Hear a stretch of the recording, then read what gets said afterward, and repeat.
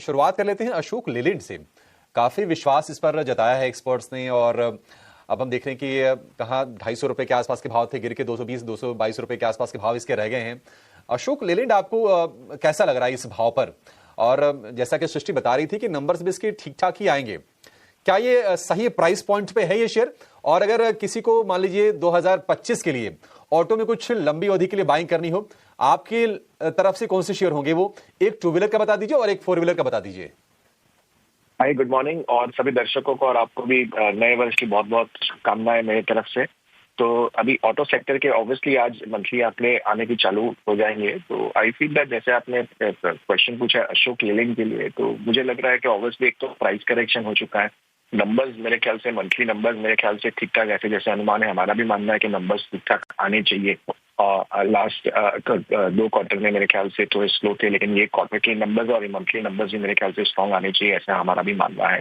तो मेरे ख्याल से जो सेटअप बना है बाजार के अंदर, तो बहुत सिलेक्टिव स्टॉक्स के अंदर मेरे ख्याल से इन्वेस्टमेंट्स की रैशनल है। तो ऑब्वियसली एक अशोक लेलैंड हमें भी लग रहा है कि जो रिसेंट करेक्शन हुआ है तो इन्वेस्टमेंट पॉइंट के लिए लिया जा सकता है।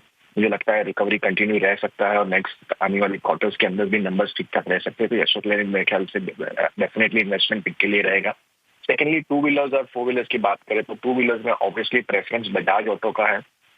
तो मेरे ख्याल से जिस तरह से उनके बढ़ोतरी electric vehicles and they have become a number 1 player in terms of last month in terms of sales, तो मुझे लग रहा है कि ओला को पीछे छोड़ के तो I think new launches plus जो रिसेंट प्राइस करेक्शन हुआ है स्टॉक के अंदर, और जिस तरह से हमारे फेस्टिव सीजन और आने वाले नेक्स्ट 2 क्वार्टर मेरे ख्याल से will also be very good for them.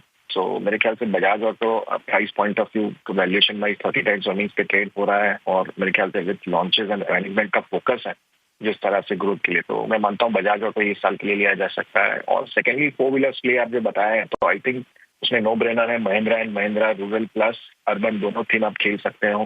तो रूरल में लास्ट क्वार्टर में हमने देखे काफी सारे ऑटो स्टॉक्स के अंदर हमने देखे कि इन्वेंट्री पाइलअप थी, लेकिन इसके अंदर मेरे ख्याल से ये नहीं था। और बुकिंग जैसे आपने आज सुबह ही बताया कि फोर व्हीलर्स के महिंद्रा के अंदर ऑटो स्टॉक्स में डिस्काउंट्स नहीं है, और मेरे ख्याल से कार बुकिंग में काफी अभी आज तक मेरे ख्याल से वेटिंग है। तो मेरे ख्याल से बहुत tractor as well as four wheelers में कार सेगमेंट दोनों सेगमेंट में ग्रोथ है।